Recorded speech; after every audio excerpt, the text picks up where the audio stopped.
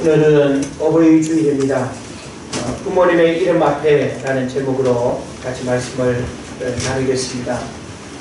자녀된 우리 모두는 어버이 주일을 우리가 또 맞이하면서 우리 육신의 부모님을 다시 한번 떠올리고 부모님의 이름과 부모님의 얼굴과 부모님의 삶을 우리가 기억하면서 그 부모님이 오늘 우리 삶에 미친 소중한 영향력을 되새김질하는 은혜의 시간 되기를 바랍니다. 요즘 유행어 가운데 꼰대라는 말 여러분 들어보셨죠? 저는 안 들어봤습니다. 불러봤거나 들어봤거나 요즘 심심찮게 꼰대라는 말을 우리가 듣게 되는데 이 꼰대 과거에 머물러서 본인만 이렇게 앞세우고 융통성이 없고 고집만 남아있고 자기 생각에 갇혀있는 사람을 일컬어서 꼰대라고 이렇게 표현합니다.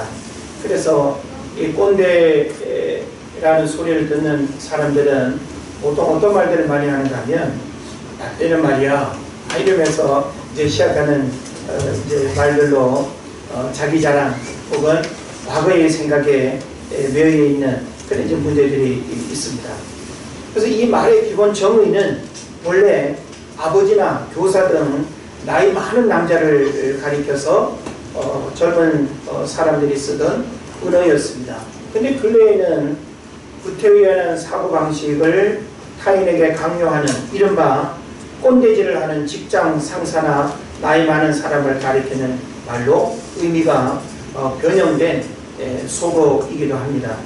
근데 위키백과를 보니까 이 꼰대라는 말이 우리가 일반적으로 알고 있는 의미와는 조금 다르게 설명을 하고 있습니다. 프랑스어로 이 귀족 신분을 나타내는 백작이라고 하는 신분이 있잖아요. 그래서 이 백작을 프랑스어로 콩테라고 하는데 이를 일본식으로 부르면 꼰대라고 이렇게 하는 거죠. 그러니까 원래 이 콩테라고 하는 이 불란서 단어는 굉장히 아주 귀족 신분의 그 백작을 칭하는 그런 이름인데 일본식으로 넘어와서 꼰대라고 이렇게 불려지게 된 거죠. 그래서 이완용 등 친일파들이 일제시대 당시에 그 일본 초랑으로부터 백작이라는 이 자기를 수여받으면서 자신을 꼰대라고 자랑스럽게 칭했다고 합니다. 그리고 이후에 또 일제로부터 자기를 받은 친일파들이 보여준 행태를 꼰대짓이라고 이렇게 시작을 했다는 것입니다. 그래서 오늘 우리가 알고 있는 의미와 조금 다른 그런 이제 의미를 우리가 생각할 수 있겠죠. 그래서 요즘 유행하는 이 꼰대 소리를 누구나 또 이렇게 들을 수 있는데 만약에 여러분이 이런 모습을 가지고 있다고 한다면 나도 꼰대 소리 듣겠구나 라고 여러분 생각하면 좋을 거예요. 그래서 6W라고 하는 원칙이 있는데 6W 원칙은 바로 여러분이 꼰대 소리를 들을 수 있는 자격을 이제 얘기하는 거예요. 하나는 who, 내가 누군지 알아? 라고 하는 거죠. 또 when, 왕년의 내가 라고 하는 말입니다. 또 where 하면 어딜 감히 라고 하는 거. 또 what 하면 네가 뭘 안다고 라고 하는 표현으로. 또 how는 네가 어떻게 나한테 라고 하는 말로. 또 why는 굳이 그걸 왜. 그래서 어찌 보면 이 육하원칙에 해당되는 요 6개의 영어 단어가 이런 의미로 표현되어지고 이런 표현으로 여러분이 상대방에게 말한다고 한다면 여러분이 바로 꼰대가 될 수 있다고 하는 것입니다. 그래서 시대가 변하면서 꼰대는 더 이상 나이나 신분이 아니라 행동의 미성숙이나 배려와 이해가 없는 모난 인격의 소유자를 평가하는 그런 말이 될 겁니다. 그러니까 젊은 아이들도 너 꼰대 같아 라고 이렇게 이제 들을 수 있는 거죠. 어른이라 할지라도 꼰대지 얼마든지 들을 수 있습니다. 단순히 나이 많은 어른을 칭하는 그 은어와 비속어에서 이제는 뭔가 행동의 미숙함, 뭔가 우리가 존경하기에는 너무나 좀 이렇게 부적격한 그런 어떤 모습을 가지고 있다고 할 때 이런 이름으로 불려진다라고 하는 것입니다. 이 세상은 각자의 역할이 있습니다. 가정에서의 역할이 있고, 사회생활에서의 역할이 있고, 교회에서의 역할이 있고, 우리는 다양한 역할이 주어진 삶을 살아가고 있습니다. 나는 이 세상을 살아가면서 나에게 주어지는 역할은 하나도 없어라고 할 사람이 있을까요? 우리는 집안에서 밥을 차려 먹어도 역할이 다 있습니다. 음식을 요리하고 또 준비하고 또 수저에도 넣고 치우고 설거지하고 하는 이런 일들이 고유한 어떤 역할은 아니라 하더라도 서로 가정에서도 어떤 역할이 주어져 있죠. 그뿐만 아니라 우리가 사회생활을 하게 되면 더더욱 우리가 학생이면 학생으로서, 직장인이면 직장인으로서 다양한 역할이 우리에게 주어지고 있습니다. 저는 이 수많은 어떤 역할 가운데 우리가 부모로서 그리고 어른으로서의 역할을 우리가 좀 되새겨보는 시간이 됐으면 좋겠습니다. 나이는 많아서 아이들로부터 어른이라 불려지고 부모 소리는 듣는데 생각이나 행동을 보면 여전히 말에 실수가 많고 행동에 또 문제들이 많고 관계에 어려움을 겪고 이렇게 된다면 바로 이런 사람은 참 어떤 역할로서의 여러 가지 문제와 그리고 또 많은 부작용을 낳는 문제들이 있지 않을까 하는 생각을 해보는 것입니다. 오늘 어버이 주일을 맞이해서 부모의 역할과 삶을 살펴보고 은혜를 나누려고 합니다. 우리는 그 어떤 이름보다도 부모의 자리에서 부모의 역할이라고 하는 것은 참 하나에서부터 열까지 딱 정해진 일이 아니죠. 그러다 보니까 참 너무 고단하기도 하고 또 부모 역할을 한다는 것이 끝이 없고 그래서 어느 시기까지 이렇게 자식들을 뒷바라지하고 나면 부모 역할이 끝나는가 싶으면 산 넘어 또 산인 그런 또 인생의 여정들을 우리가 보게 되는 것입니다. 그러면서 오늘 우리는 특별히 어버이날을 보내게 됐습니다마는 여러분들이 나에게 있어서 육신의 부모님은 누구인가 혹은 나에게 있어서 부모님은 무엇인가 라고 하는 이 사실을 우리가 생각을 했으면 좋겠습니다. 물론 여기 어린아이들도 있습니다마는 사실 우리는 다 육신의 부모님을 만났고 그리고 그 부모님이 돌아가셨거나 또 여전히 살아계신 그런 삶을 우리가 살아가고 있는데 우리는 다 육신의 부모를 저마다 다 생각하는 그런 자리에 우리가 있습니다. 여러분에게 있어서 육신의 부모님은 어떤 의미가 있습니까? 여러 가지로 우리가 생각을 해볼 수 있을 텐데 하나는 인생의 버팀목 이런 표현을 여러분 하실지도 모르겠어요. 내가 힘들고 어려울 때 아무 흉물 없이 나를 받아주고 언제라도 내가 안기고 의지할 수 있는 그 대상은 육신의 부모님밖에 없습니다. 그래서 육신의 부모님은 우리 자녀들이 인생을 살아갈 때 언제나 기댈 수 있고 언제나 의지할 수 있고 언제나 내 감정과 또 모든 생각들을 털어놓을 수 있는 인생의 버팀목이라고 생각해 볼 수 있습니다. 그리고 또 육신의 부모님은 내 삶의 조력자 혹은 후원자라고 이렇게 말할 수도 있죠. 그리고 내가 또 어려울 때 내가 가장 고통스러운 어떤 삶을 살아갈 때 언제나 영원한 물주로서 부모가 자녀에게 줄 수 있는 많은 것들을 희생적으로 또 도움받고 하는 것이 또 우리 부모님의 자리와 역할이 아니겠는가 하는 생각을 해봅니다. 그래서 부모님의 삶이라고 하는 것은 참 바다 같고 바다같이 또 넓고 하늘처럼 또 크고 그래서 우리가 어떤 말로도 사실 부모님이 자식에게 베푼 사랑과 희생과 헌신을 감히 우리가 표현하기가 어렵다라는 생각을 해보기도 합니다.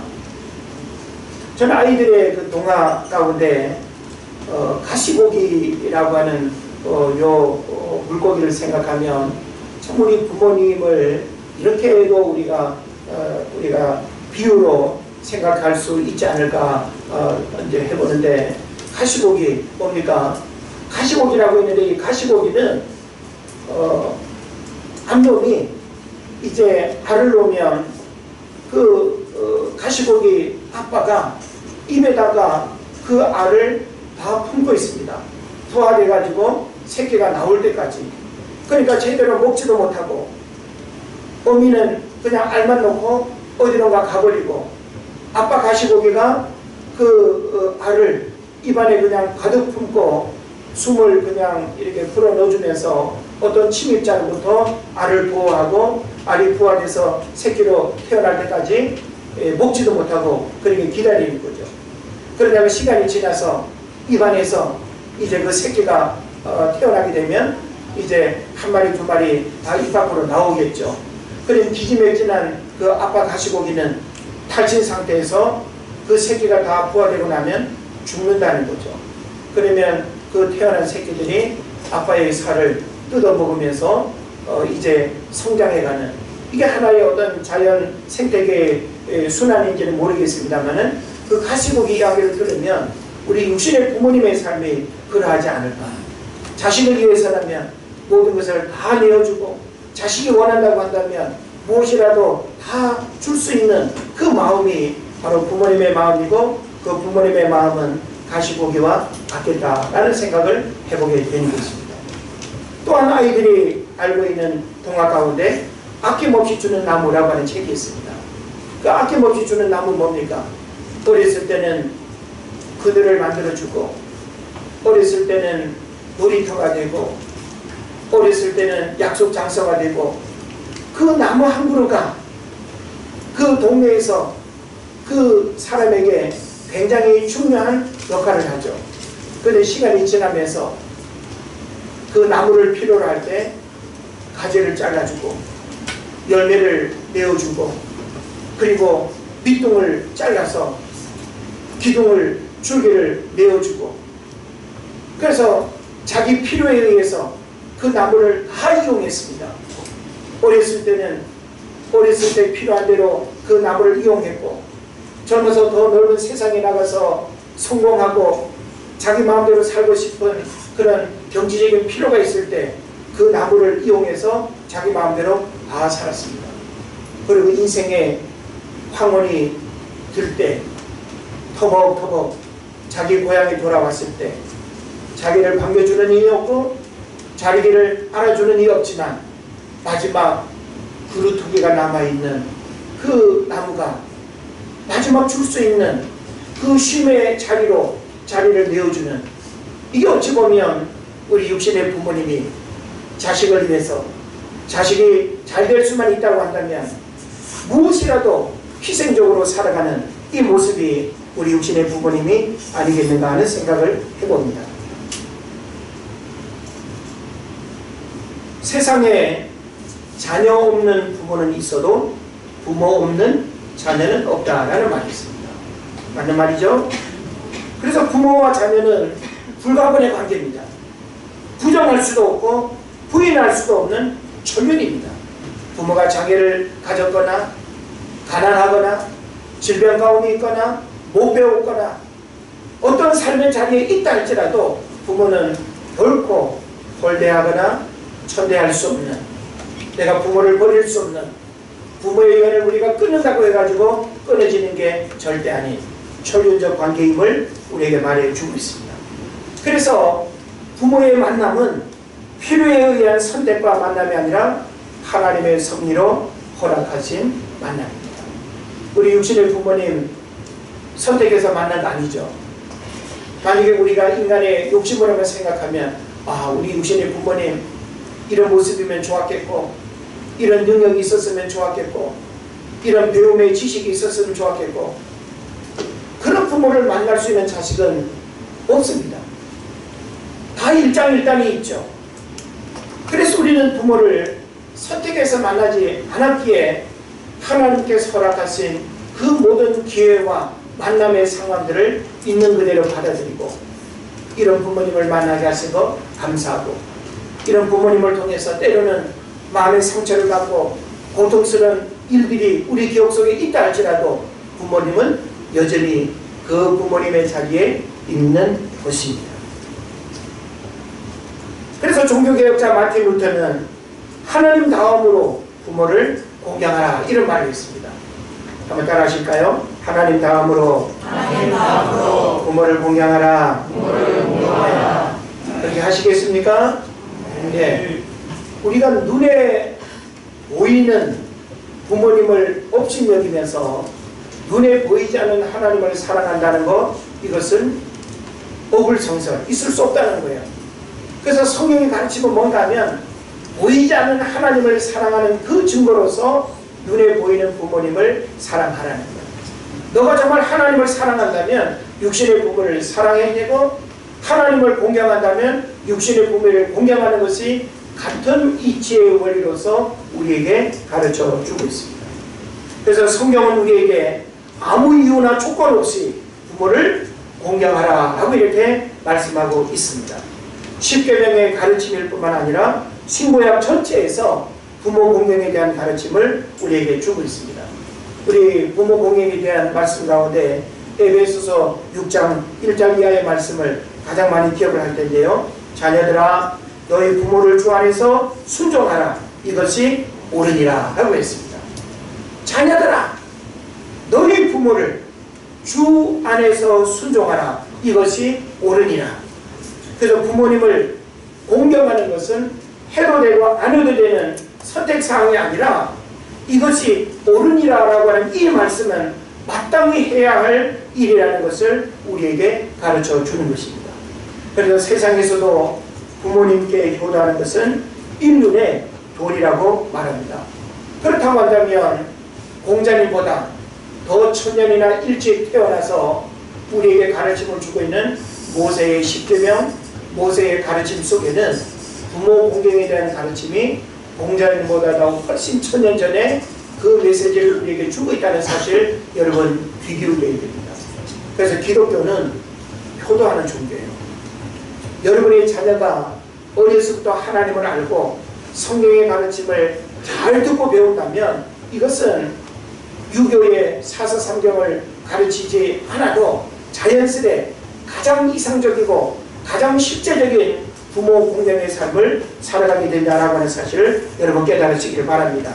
그래서 크리스찬은 부모 공경에 모범을 보이고 실천하며 살아야 합니다. 만약에 하나님을 믿는 사람이 사람들로부터 어른도 몰라본다, 부모 공경을 안 한다, 부모를 잘 안 섬긴다 이런 말을 듣는다고 한다면 여러분은 하나님을 잘 안 섬긴다, 하나님을 잘 공경하지 않는다 이런 말과 같은 거예요. 우리가 하나님을 믿는다라고 하는 것은 육신의 부모님을 섬기는 일로 동일하게 나타나야 된다는 것이 성경의 가르침인 것입니다. 성경을 보니까 성경 속에 효도에 대한 이야기가 굉장히 많아요. 그래서 우리는 단순한 이론이나 추상적 메시지가 아니라 성경 속에는 효도에 대한 사건과 이야기들이 많이 기록되어 있다는 거예요. 그래서 우리는 그런 이야기를 이렇게 읽으면서 이렇게 효도해야 되는구나, 이렇게 효도해야 하나님이 기뻐하시는구나, 이렇게 부모를 잘 섬겨야 영적인 축복을 주시는구나, 이걸 우리가 알아야 되는 것입니다. 창세기 9장 23절에 보면 셈과 야벳이 아버지 노아의 수치를 가리고 덮어드렸습니다. 그죠? 노아 할아버지가 포도주를 마시고 멀고 대낮에 그냥 술이 취해가지고 옷을 그냥 홀로당 그냥 다 벗고 잠을 자고 있었거든요. 그런데 이 세 아들 가운데 두 아들이 아버지의 하체를 보지 아니하고 뒷걸음질 쳐서 아버지를 그 부끄러운 부분을 가려줬어요. 이건 바로 부모를 가볍게 여기고 부모의 그런 경망함을 업신여기지 아니하고 바로 존경했다라고 하는 것을 우리에게 말해주고 있는 것입니다. 그러나 함은 어땠어요? 함은 전혀 다른 모습을 보여줌으로 인해서 함의 족속들이 하나님의 저주를 받는 그런 내용을 우리가 성경에서 보게 되는 것입니다. 창세기 45장 47장에도 보면 역시 요셉은 부모 형제를 공양하고 공개하였다라고 하는 내용을 우리가 보게 됩니다. 제가 금요일날 철야기도 시간에 요셉의 효도에 대한 부분 말씀드렸죠. 저는 여러분이 참 이 요셉이 13년이라고 하는 긴 시간 동안 부모와 작별 인사를 한마디도 하지 아니하고 정말 생각지 않은 그 상황이 벌어져서 부모님은 죽은 줄로 생각하고 그 아들을 그리워하며 못내 아쉬워하는 그런 어떤 상황에서 이 요셉은 애굽에 종살이를 하며 옥살이를 하며 부모님은 살아계신지 나를 걱정하며 고통스럽게 지내실 그 부모님을 생각하면 옥장이 무너질 것 같은 그런 마음 아니겠어요? 그러나 이 요셉은 그 고통스러운 13년의 시간을 이렇게 보내면서 정말로 때를 기다리고 그리고 부모님을 그리워하고 부모님을 향한 그 마음을 잃어버리지 아니하고 그리고 하나님께서 그가 애굽의 총리가 되는 그 시절에 아버지 야곱과 70명의 가족들이 애굽 고센 땅으로 이주해서 정착하고 그리고 그 부모 형제를 공개하고 공양할 수 있는 이런 기회를 갖게 됐다라고 하는 것은 얼마나 특별한 은혜인지 모르는 것입니다. 그런 면에서 요셉은 믿음에 대한 부분에서도 탁월한 모습을 우리에게 보여주고 있지만 그의 육신의 부모를 잘 공양했다라고 하는 측면에서도 효도 잘하는 요셉을 우리가 만나게 되는 것입니다. 여호수아서 2장 12절 이하를 보게 되면 기생 라합이 나오죠. 이 라합 때문에 그의 부모 형제가 여리고성이 무너질 때 살게 되었습니다. 부모 입장에서는 어떤 자식을 키우느냐에 따라서 그 자식 때문에 가족 전체가 행복할 수도 있고 그 자식 하나 때문에 집안이 완전히 몰락하고 완전히 폐가 망신하는 그런 경우들도 있습니다. 어떤 사건 사고의 주인공이 된다고 해보세요. 부모가 그렇게 가르치지 않았음에도 불구하고 그 자식 하나 때문에 부모가 얼굴을 들 수 없을 만큼 그리고 그곳에 더 이상 살 수 없을 만큼 완전히 그냥 풍지박산나는 그런 경우들도 있습니다. 그런 면에서 이 기생 라합은 앞에 기생이라고 하는 부끄러운 삶의 이력을 가지고 있지만 그가 믿음으로 정탐꾼을 숨겨주고 정탐꾼에 대한 그 호의를 베푼 이로 인해서 결국은 자신의 육신의 부모를 죽음으로부터 보호하고 건져내는 이런 효를 행하는 결과를 가져왔다는 것은 굉장히 중요한 의미가 되는 것입니다. 또 열왕기상 2장 이하를 보게 되면 솔로몬 왕이 왕좌에서 내려와 어머니 밧세바에게 절하고 어머니께 자리를 베풀고 어머니를 우편에 앉으시게 해드렸습니다. 그리고 어머니의 소원대로 이루어드리는 그런 효도하는 솔로몬의 모습도 우리가 만나게 되는 것입니다. 룻기서 1장 15절을 보게 되면 효부 룻을 우리가 만나게 되죠. 그래서 이 룻은 이방 여인이고 어찌 보면 구원의 반열에 들어올 수 없는 그런 이방 여인임에도 불구하고 결혼관계를 통해서 이제 시어머니 나오미와의 그 관계를 깨뜨리지 아니하고 그리고 시댁이 믿었던 그 여호와 하나님을 받아들이고 자기 친정 식구들이 믿었던 우상 숭배와 이방신들을 버리고 믿음의 반열에 섰다라고 하는 것은 그가 얼마나 큰 축복의 삶을 누리는가라고 하는 사실을 알게 되는 것입니다. 그래서 이 효부 룻은 그의 시어머니께 어머니께서 가시는 곳에 나도 가고 어머니께서 유숙하시는 곳에 나도 유숙하겠으며 어머니의 백성이 나의 백성이 되고 어머니의 하나님이 나의 하나님이 되시며 어머니께서 나의 백성이 어머니의 하나님이 나의 하나님이 되시며 어머니께서 죽으시는 곳에 나도 죽어 거기 장사될 것이며 죽는 일 외에는 어머니를 떠나지 않겠다고 그렇게 말했습니다. 그래서 이 며느리 룻이 시어머니 나오미를 잘 공경한 것을 보아스가 소문을 듣고 알게 됩니다. 효도가 자연스레 알려지게 된다는 것을 우리에게 말해주고 있죠. 그래서 보아스는 효성이 지극한 효부 룻과 결혼을 함으로 인해서 바로 이 룻과 이 보아스는 다윗의 증조모가 되는 이런 혈통을 갖게 되는 거예요. 그래서 예수님이 바로 이 혈통에서 태어나심으로 인해서 예수님의 이 혈통 속에는 이런 특별한 사건과 이런 특별한 어떤 상황들을 통해서 우리에게 굉장히 중요한 가르침의 메시지를 담고 있는 것을 기억해야 됩니다. 그런데 마지막 한 가지 더 살펴보고 싶은 것은 예수님께서도 정말 효도 잘하는 아들이었다라고 하는 것입니다. 그래서 아버지 요셉이 돌아가신 후에 육신의 어머니 마리아와 그의 동생들이 적어도 한 5명 어간 이렇게 있었거든요. 성경에 보면 예수님의 형제들이 한 5명 됩니다. 예. 그러니까 예수님은 어머니 마리아에게서 성령으로 잉태됐지만 정상적인 남녀 관계를 통해서 동생들이 줄줄줄 많이 태어나거든요. 그러니까 아버지 요셉이 돌아가신 이후에 예수님은 장남으로서 어찌 보면 가장의 역할을 해야 되는 그런 위치에서 그 가정을 돌보고 어머니를 공경하고 부모를 책임지는 그런 어떤 삶을 살았다라고 하는 것을 우리가 알게 되는 것이죠. 무엇보다 십자가의 고통 중에서도 주님께서 십자가상에서 요한 사도에게 어머니를 잘 모시라고 부탁하는 효성을 우리에게 보여주고 있는 것입니다. 효도에 대한 이야기를 나누려면 얼마나 많겠습니까? 얼마나 많은 예화들이 있고 얼마나 많은 주변에 또 사례들이 있겠습니까? 그 가운데 저는 여러분이 육신의 부모님을 어떻게 내가 잘 존경하고 공경하고 효도해야 되는가라고 하는 사실을 우리가 생각을 좀 했으면 좋겠는데 한 어머니가 세 아들을 훌륭하게 잘 키웠습니다. 어느덧 세월은 흘러서 어머니는 눈이 잘 보이지 않을 정도로 늙어버렸습니다.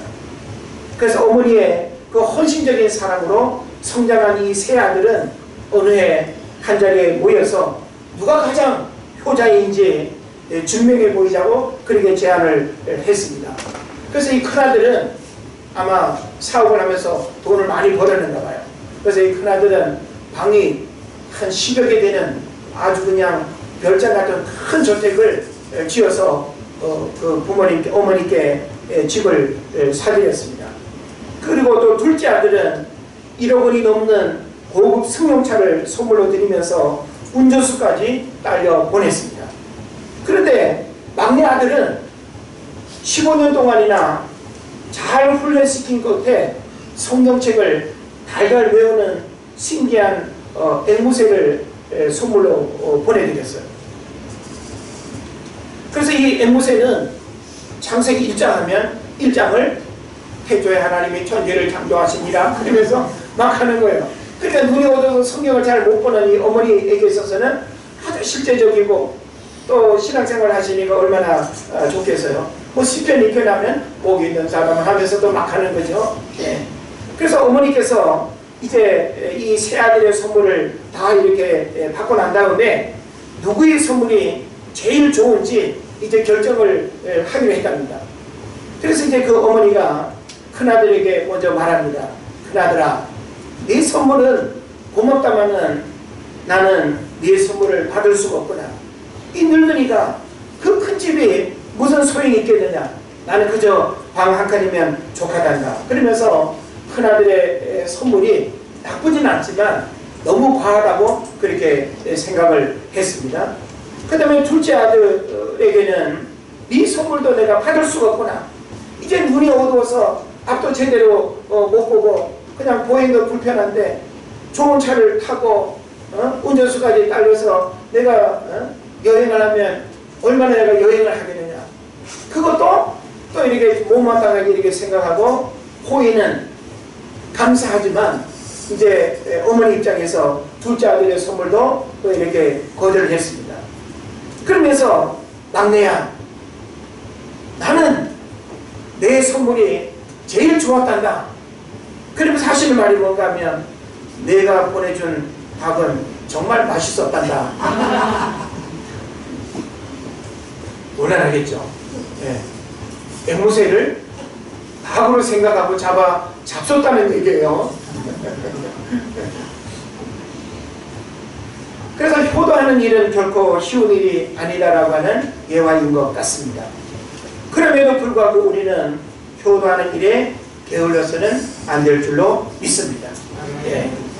효도하는 방법과 표현과 내용은 달라도 적어도 어버이날이 다가오고 올해가 지나고 내년 또 어버이날을 우리가 또 맞이하게 된다면 올해는 이렇게 했는데 내년에는 내가 우리 부모님께 이런 선물을 해야지, 이렇게 내가 효도해야지, 이런 마음을 가져야 될 줄로 믿습니다. 예. 여러분은 엊그제 어버이날에 자녀들로부터 받은 사랑과 감사에 만족하셨습니까? 만족 못하셨나요? 예. 아이들이 어리면 때를 기다리십시오. 예. 아이들이 커가면 자연스레 알게 되고 배우게 되고 할 거예요. 예. 지우, 카네이션 고마워요. 예. 그 몇 살 안 되는 녀석이 유튜브에서 카네이션 만드는, 색종이로 카네이션 만드는 걸 보고 엄마 거, 아빠 거, 그리고 목사님 거, 사모님 거를 뺐나요? 예? 너무너무 귀한 거 아니겠어요? 사실 가치로 보면 뭐 색종이 몇 장 아무것도 아니지 않습니까? 그러나 부모가 가르치지 않았는데도 불구하고 그런 마음을 표현한다라고 하는 것은 얼마나 귀한 선물인지 모릅니다. 저는 지금까지 우리 아이들이 저에게 어버이날이나 특별히 뭐 어떤 기념할 만한 날에 저희에게 준 어떤 작은 선물이나 혹은 뭐 편지나 그런 것들을 하나도 안 버리고 다 모아놨어요. 가끔씩 이렇게 보면 참 그 어렸을 때의 그런 표현이나 그런 마음들이 새록새록 이렇게 아주 다르게 다가올 때가 있습니다. 우리는 표현과 내용은 달라도 소중한 마음으로 받아들이고 옆집 자식과 비교하지 말고 부모는 자녀를 축복하고 자녀는 부모를 순종하고 공경하는 성경적 교회의 가르침을 지켜나가기를 바랍니다. 저는 저희 자녀들이 이제는 20대 청년의 때를 살아가고 있기 때문에 이놈들이 경제활동은 넉넉지 않아도 이제는 부모 마음을 어느 정도 헤아리고 뭔가 또 제대로 하겠지 하는 생각을 가지고 이번 어버이날을 마음으로부터 기대했습니다. 아이들의 형편을 너무나 잘 알기 때문에 저는 미리 이야기를 했습니다. 너희들의 형편 범위 안에서 아빠는 이거 하나 받고 싶다. 그래서 책 한 권을 저는 책 한 권을 이야기했습니다. 책 제목도 제가 이야기를 하고 그 책 하나면 너희들이 뭐 2만 원도 안 되는 책이니까 얼마든지 할 수 있겠다. 내가 좋아하는 선물 받으면 되는 거고 너희들 형편 안에서 하면 되겠지라는 생각을 했습니다. 근데 낮에는 전화 한 통도 없고 인사도 없고 아무 반응도 없고 그래서 좀 속으로 야 너희들이 아무리 특별한 이벤트를 뭐 늦은 밤에 한다 할지라도 그래도 뭔가 낮에 운이라도 띄워놓고 작은 인사라도 하고 하루를 기다리게 해야지. 어쩜 그렇게 너희들이 그렇게 철이 없는지 미리 인사할 거를 안 하냐. 이념이를 불러놓고 야 넌 어떻게 제일 큰 놈이 그런 걸 너가 조정을 하고 해야지 어떻게 그런다냐. 그러면서 제가 한마디 잔소리를 했습니다. 그래서 뭔가 내심 뭔가가 있는 듯 기다려 보라고 이야기를 합니다. 그러면 저녁에 신약기도회를 마치고 집으로 돌아가서 이제 거실 테이블에 3대2로 마주 앉았습니다. 그러면서 하나씩 뭐 그냥 숨겨가지고 나오고 하면서 아이들이 준비된 선물을 부모에게 내놓습니다. 카네이션은 아니지만 드라이 플라워를 할 수 있는 예쁜 꽃다발을 하나 이제 준비하고 우리 민영이는 알바하면서 뭐 돈을 조금 만진다나 그러면서 형이나 누나가 하지 못하는 선물을 아주 특별히 저주파 물리치료기 엄마 거 아빠 거 따로 이렇게 선물을 했습니다. 그러면서 편지를 지난밤에 써놓으라고 그래서 큰아들 놈은 자기 앞에서 굳이 읽어야 된다고 하라고 그러고 우리 딸은 절대 혼자 있는 시간에 읽으라고 하면서 편지를 건네주었습니다. 그래서 아이들이 자기들의 생각 속에 엄마 아빠를 생각하면서 표현한 이 편지는 여전히 뭐 장문의 편지가 아니어도 아이들의 마음을 제가 느낄 수 있죠. 그래서 저는 이런 선물을 주고받은 것보다 더 제 마음을 뜨겁게 하는 시간이 있었습니다. 그것은 제가 3대2로 마주 앉은 그 테이블에서 얘들아 고맙다. 어린이날에는 부모가 자녀를 위해서 축복 기도를 하는데 어버이날이니까 너희들이 엄마 아빠를 위해서 축복 기도하면 좋겠다. 그래서 아이들이 하나씩 자기들의 언어로 자기들의 마음을 담아서 엄마 아빠를 만나게 하시고 이런 가정에 태어나게 하시고 부모의 신앙과 삶을 반추하면서 고백하는 그런 기도를 했는데 마음이 뜨거웠습니다. 그 어떤 선물보다도 자식이 부모를 위해서 이런 부모를 만나게 해주시고 이런 부모님을 통해서 신앙의 가르침을 받고 늘 기도하는 부모님 되게 하신 것을 감사하면서 고백하는 그 기도는 저에게 그 어떤 선물보다도 가장 귀한 것이었습니다. 그래서 그 기도를 하나씩 축복으로 다 받고 저도 마지막 볶아서 제가 또 축복을 했습니다. 저는 여러분의 가정이 저희 가정과 같을 필요가 없고 여러분의 자녀들도 역시 그렇게 같을 이유는 없습니다. 그러나 우리의 자녀들이 이런 어버이날이라고 하는 시간들을 통해서 특별한 외식을 할 수도 있습니다. 특별한 여행을 할 수도 있습니다. 특별한 옷을 사드릴 수도 있습니다. 특별히 부모님이 원하는 걸 준비해 드릴 수도 있습니다. 그러나 그보다 더 중요한 것은 마음을 고백하고 표현하는 것, 그리고 준비된 감사를 할 수 있도록 가르쳐야 되는 것입니다. 할렐루야. 그래서 우리의 자녀들이 어려서부터 부모 공경을 할 줄 아는 아이들은 어떤 자녀로 성장할까요? 자연스레 보이지 않는 저 하나님을 잘 섬기는 자녀로 성장하게 되는 거예요. 할렐루야. 그래서 성경이 가르치는 효도는 어떻게 하는 것인가? 몇 가지 중요한 가르침을 여러분에게 드리겠습니다. 한 가지는 뭔가면 부모님을 기쁘시게 해드리는 것. 우리는 부모님을 물질로 기쁘시게 해드리는 것뿐만 아니라 말로, 표현으로, 작은 인사 한마디로 그런 것으로 부모님을 기쁘게 해드리는 거예요.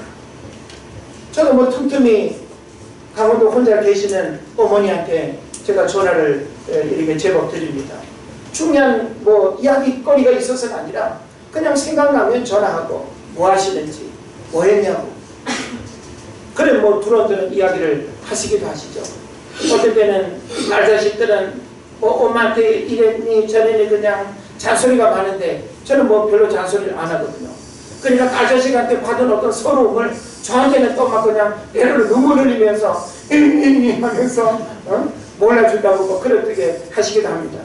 그러나 중요한 것은 어떤 모양으로든지 우리가 부모님을 기쁘시게 해드려야 된다.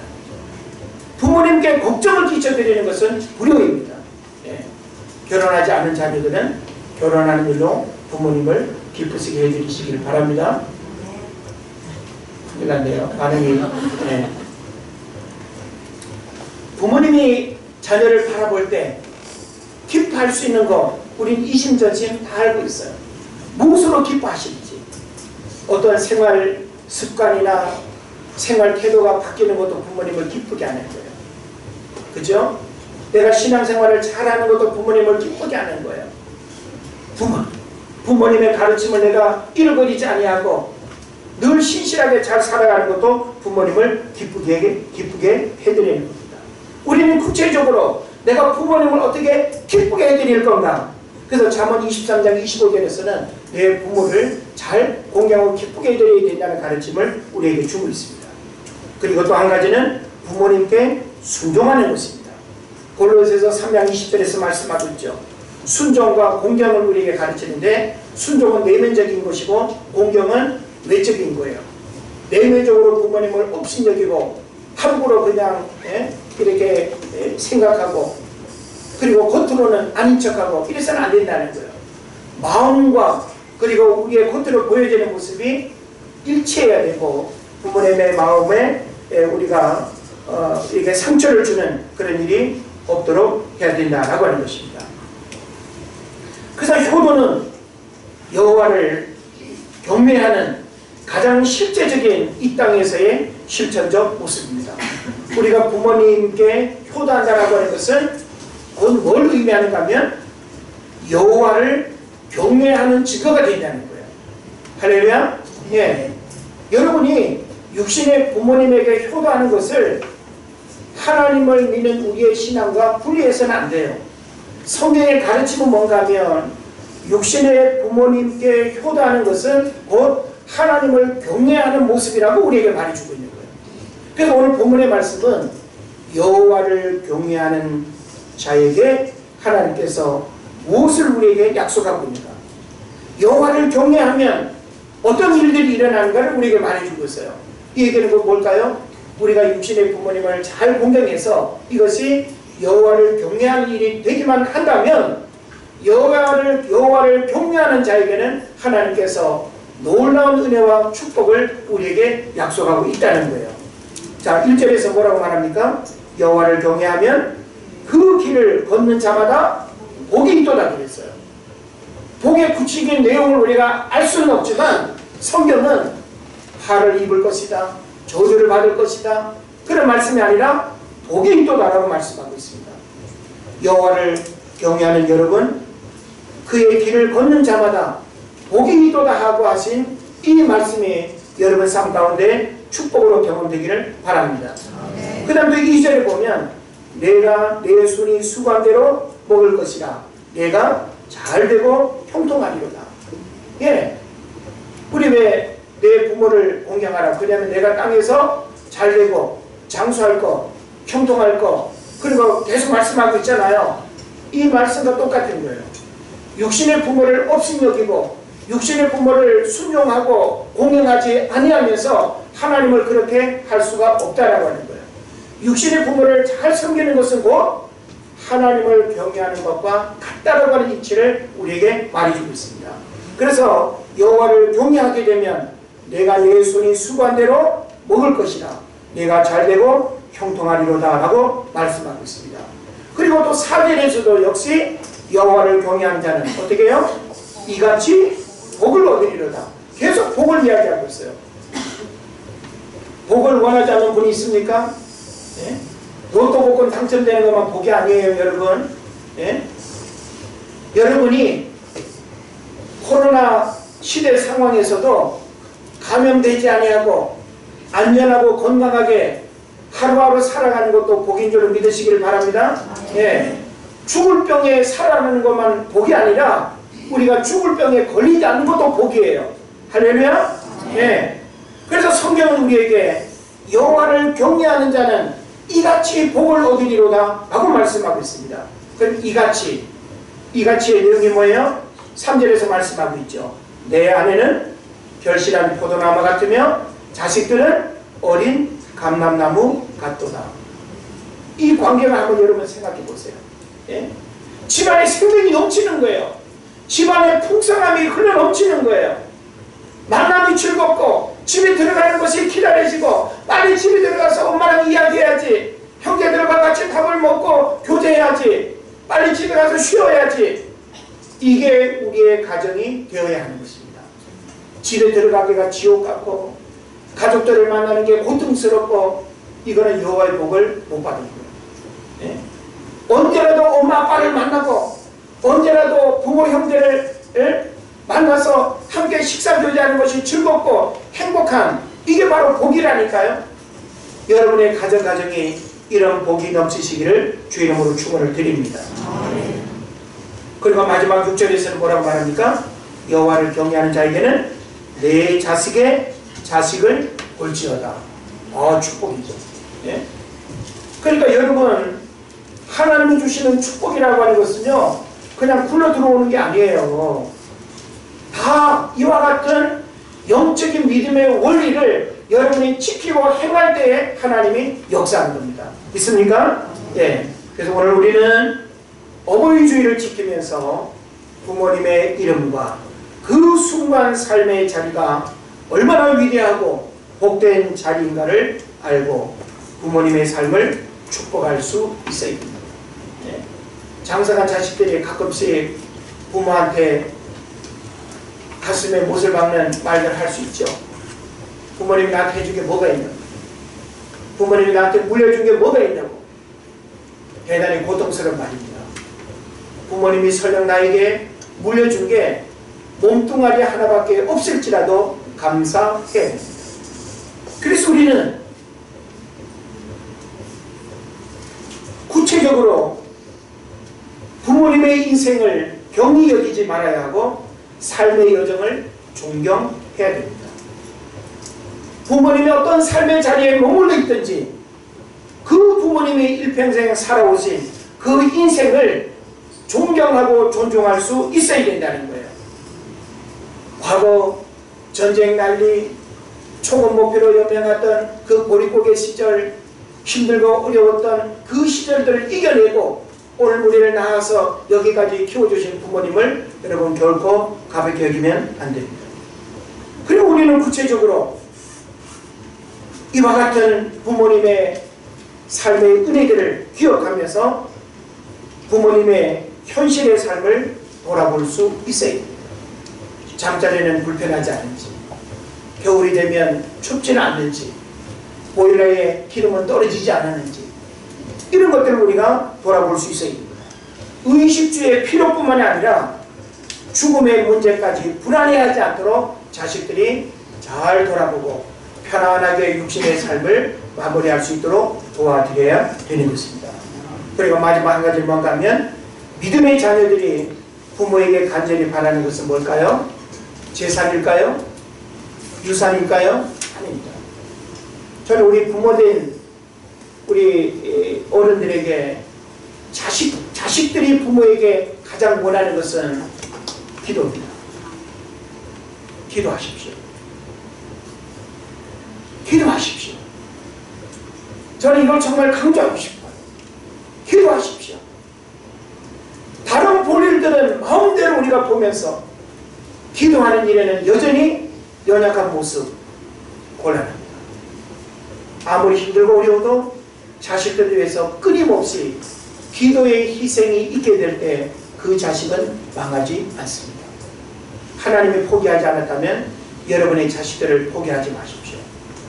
자식들이 부모에게 가장 원하는 것은 많은 용돈, 많은 재물 아니에요. 나는 저희 부모님이 나를 위해서 매일 1시간씩 기도해 주신다면 그 100억, 1000억의 어떤 재산이 아니라 할지라도 나는 기도를 선택하겠어요. 우리가 부모님에게 무엇을 요구할 수 있습니까? 부모들 우리가 자녀에게 줄 수 있는 가장 큰 희생과 선물이 무엇이겠습니까? 이제 나이 들고 병들고 아무것도 자식에게 줄 수 없는 이 안타까운 현실 속에 부모가 자녀에게 할 수 있는 것은 기도의 희생이 아닐까 생각을 해봅니다. 기도하는 부모님이 되어야 하고 자녀를 축복하는 부모님이 되어야 할 것입니다. 그런 면에서 부모의 자리와 역할 과연 무엇인가라고 하는 사실을 생각하게 되고 자식의 부모 입장에서 육신의 부모님을 어떻게 섬겨야 되는가를 또 생각하게 되는 것입니다. 오늘 저와 여러분 어버이날을 맞이해서 이와 같은 육신의 부모님을 우리가 존경하고 사랑하고 감사하고 하나님을 섬기는 마음으로 눈에 보이는 육신의 부모님을 잘 섬기는 그런 은혜가 있기를 주의 이름으로 축원을 드립니다. 기도하겠습니다.